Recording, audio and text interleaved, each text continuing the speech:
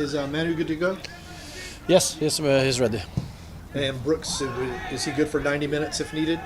We'll see on on Sunday. But he's ready and he's very motivated, I can see. We've seen Ronald working by himself. Haven't seen Jamal. What are the timelines for those two? Ronald has a chance in the weekend. Jamal is too early, so he still haven't started running. So it will take a little bit more time with him. You weren't here for the playoff series last year, but it was exciting soccer. It was a good time. I know this is just the fourth of 34 games, but does this one mean more on Sunday considering the opponent and what happened last year, do you think? No, I don't think it means more. It's 3 points, and we want to win every game we are into. So, but of course, it's an exciting game, and of course, with history also, that's makes it even more exciting. You talked after the game about leadership and on-field leadership, and I'm curious if you've seen any improvement in that area in any of the sessions this week. Yeah. But you have to address what you see, and then you have to learn over time. It's not like done in a day. These things is like empowerment is feeling responsible for things, and first you have to know exactly what's expected. And when you do that over time, then you start to interact, and you start to know exactly what everybody in every position is going to do.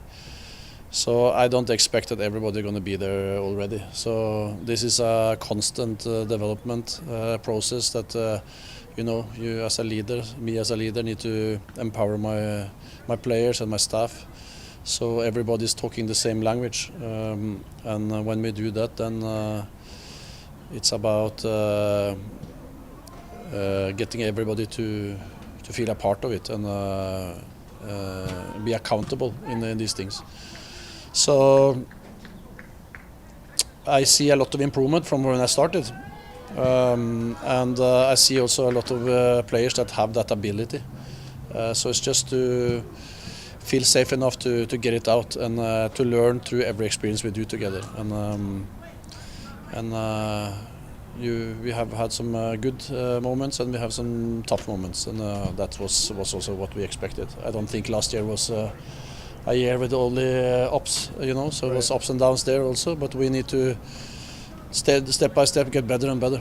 Have you, not to call anyone out or name names to put them on the spot, but have you had any individual conversations with certain players saying, I need to see more of this out of you on the field when things aren't going quite like we expected? I do it also when it goes very good. Yes. So I talk with players all the time, and Okay. I have individual conversation every day with different ones. So this is a constant process, and as I said, I don't care about results. I care about performances, and then I know by experience that we are going to win over time. But if you perform well, that's the only thing you can do something with. Then you get the best out of yourself, and then we know we have good players, and then we're also going to win football games. So we talk about our performances as a collective and as an individual every week, every day, and then I feel that everybody is on the same page, and we really want to achieve something this year, and that's nice to see. You can feel and hear the energy in the training. So you see what kind of togetherness it is, and also hunger to achieve something. With the frustrations that you had after Red Bulls that you expressed to us post game, is it beneficial to kind of have some of those moments, especially on tape, that you can show the team, show some of the players, and to help correct some things in ways that you'd like them to play? You can never talk away from stats or numbers or pictures, So it's that helps as a coach to be very accurate in what you're talking about. I have to say also I was maybe a little bit too much emotional, and I want that's how I am, When I see the game again, I don't think it was that bad that the picture I draw. Defensively, we had full control, but I think I get carried away with too many sloppy mistakes on the ball. I think that was what was irritating me most. And also when you know what we are capable to do, when you see what we do in the first half. So I think, again, the players understand that, everybody understands that. And now it's about how to get our good periods longer and our bad periods shorter and a little bit better. We talked back when you started about the need for development, and that was a big focus for you, is constant development from the team. Are you happy with that so far? Yes, a lot. Very happy. Because you see, you have to look at the individual players and you see, are they underperforming what they have done, or they should, or are they performing better or at the level we expect. And after now we have been together for 7 weeks, I think we are. Many are taking out right now what they have, but of course it's also players that need to take another step, but that will come through, as I said, get settled, to start to know each other, and also this very individually where they are, like now with Brooks, haven't played game for 5 months, Pedro did that first game now last week. You have the two central backs that have also been a little bit in and out. You have Miggy that has been a little bit in and out in Newcastle and coming here. You have different things, so that will always be, but I feel this looks much stronger now, as physically, and also the intensity that we play with and train with is different what I've seen earlier this season. You talked a lot this week about getting Brooks and Pedro back and how it helps the attack. How much does it help for that defensive control to have more width in the team? Offensively wise, that's of course important, but I think I think Matt did that really well last game as well.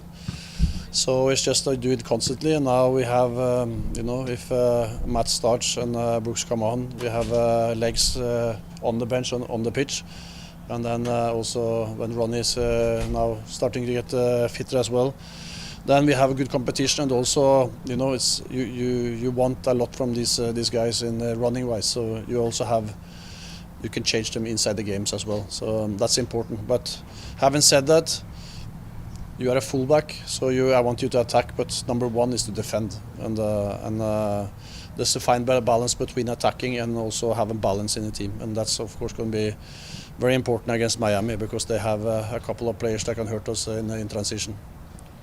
Coach, what's going to be the key for this team avoiding a third straight scoreless game?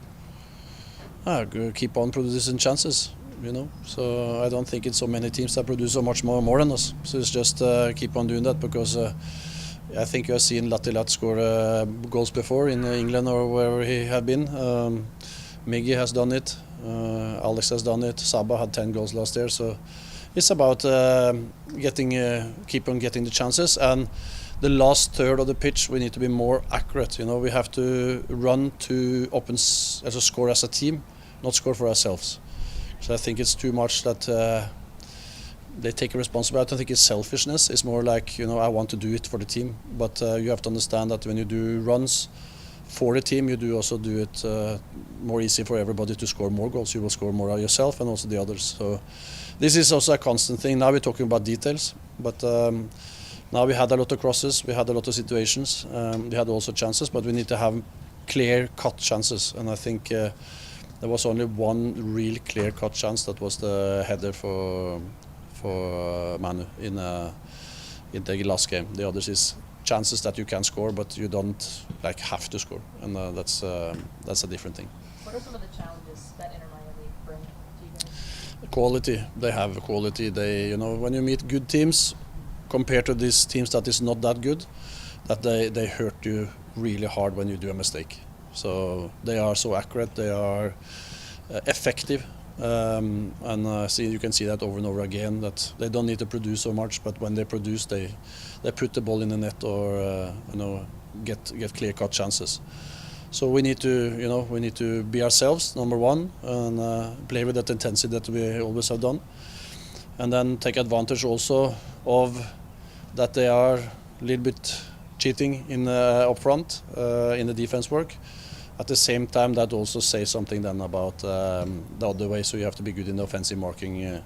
So it's about doing a real good team performance, like we have done the 3 first half. If you can make that for 90, then we have a very good chance to win. They've already posted quite a few shutouts this year in Miami. How would you describe them defensively?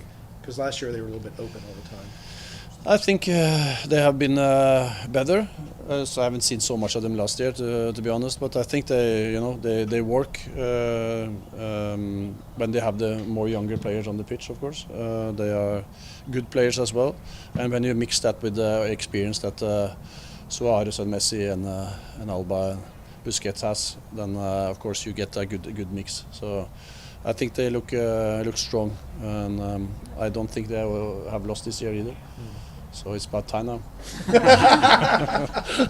Ronny, you've spoken previously about how Miguel is a talented player, and you want him moving around the field, trying to find the ball, trying to find the game. Have you found that he and Alexi are kind of crowding each other out at times? This has been kind of a debate. I understand that. I think in the beginning that we haven't been too good to get us out from the back, because we have the takes a little bit time. But I think lately now that is getting better and better. So now I think Miggy can be more positional and wait for the ball instead of going and taking it. That's he do it because he feel that we need help to get up there. But I think now we start to really get the relations and the distances right, and then he can be more positional, because in the first half he was very positional. He played wider and he get overlaps all the time.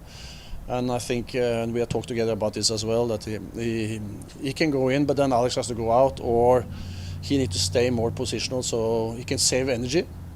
At the same time also get the overload that we need in this kind of situation, because that left back in that first half on Red Bull, I don't think he enjoyed it. So that then we have to keep on doing what's working, and I think that's a good learning for us. Is Miguel the vice captain, the one who could talk to the referee on the field? Yeah. Okay. It's not on the lineup sheet. That's what I was asking. Yeah. And was Mateus out there today? He had a little bit felt something yesterday in his thigh, but I think it's going to be okay. He's going to be tested tomorrow.